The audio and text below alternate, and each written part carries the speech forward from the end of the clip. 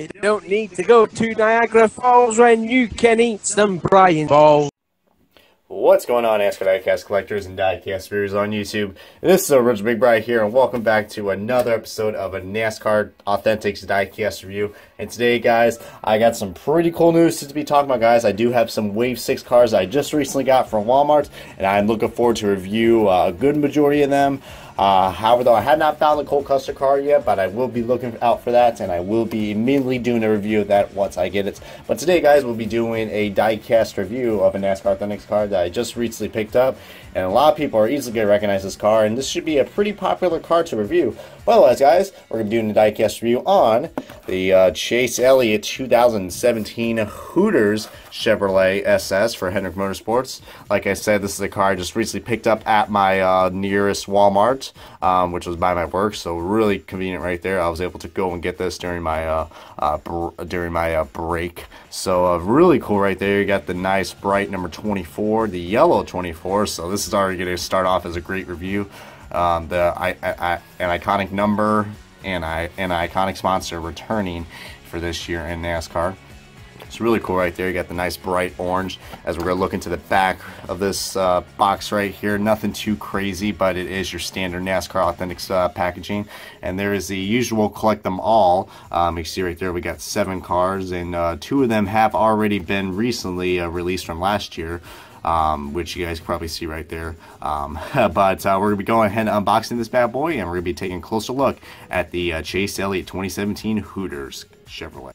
Alright, everybody, we got this diecast out of this box, and as you take a look, this is a very nice bright orange and white and yellow car that we got, as I'm literally just splaring out, you know, the colors of this diecast. But before we do this, guys, as always, we're going to be looking at the little trinket that comes with this, and of course it is Chase Elliott related, but man, look at this little nice little magnet that comes with this. You got the nice Hooters branding with the nice owl. Of course, if you guys ever been to a Hooters, then you would know what those 2 O's are for.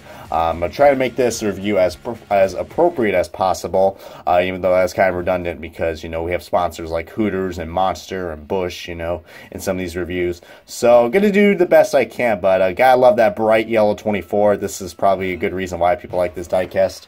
On the back, it's just a traditional magnet, you know, nothing too crazy, but something that's cool to display it with. So another cool reason why I like the NASCAR Authentics diecast. But anyways, guys, back to the diecast. You can see right there, this is a really cool car.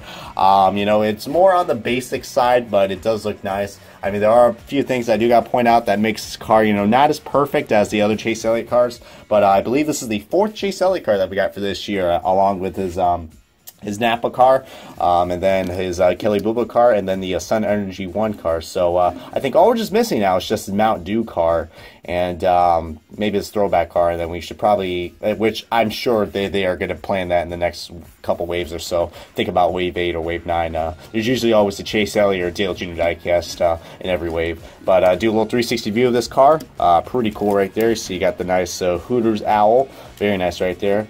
And if you guys have been living under a rock, Hooters is basically an iconic sponsor that a famous NASCAR driver used to drive, Alan Kulwicki. So that's why a lot of NASCAR fans are really happy to seeing this sponsor return at Talladega. And I think he's also planning to run this car in a few more races as well. But this race is mostly, this car is mostly well known for racing at Talladega, which Elliott looked like he had a good shot of almost winning that race, but we all know what happened with the contact between him and A.J. Allmendinger, which, you know, was quite the ride for both of those guys. Can't really say whose fault it was. Could be just a little freak accident, but it was Talladega after all, and big ones usually do happen at that racetrack. But, of course, this is a car from Wave 7's, actually from Wave 6. I'm getting a little ahead of myself. But it does not have the name banners because of 2 reasons. Once, Monster Energy can't be on the 164 diecast. Still doesn't deny the fact why they can't put, you know, Chase Elliott's name on the back of this windshield. But, you know, that's Lionel for you. I mean, I can't really complain too much about it, as long as we're getting this diecast produced. They also made the hauler as well with this car as well. So if you guys do find this car and the hauler that comes with the 164, then I would recommend picking up both.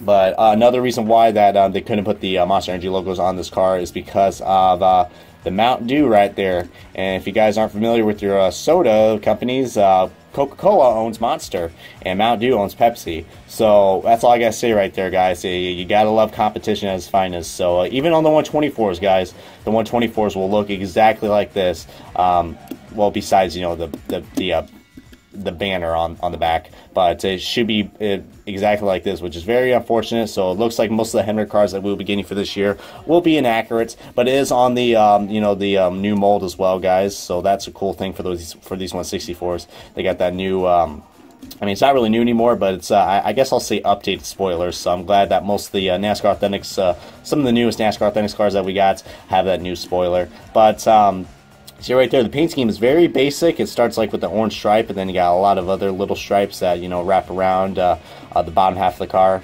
I don't mind that. I really wish they could have done a little bit more. You know, I know they did a lot of. I mean, it was cool seeing Hooters return, especially since they made a little cameo last year. Kind of a little bit of a tease with Greg Biffle's John's throwback car, and then we had a little tribute paint scheme with Regan Smith as well. But of course, they couldn't acquire the sponsorship. But still cool to see Hooters return, though, regardless. I mean, this is a quite popular car, in my opinion, though.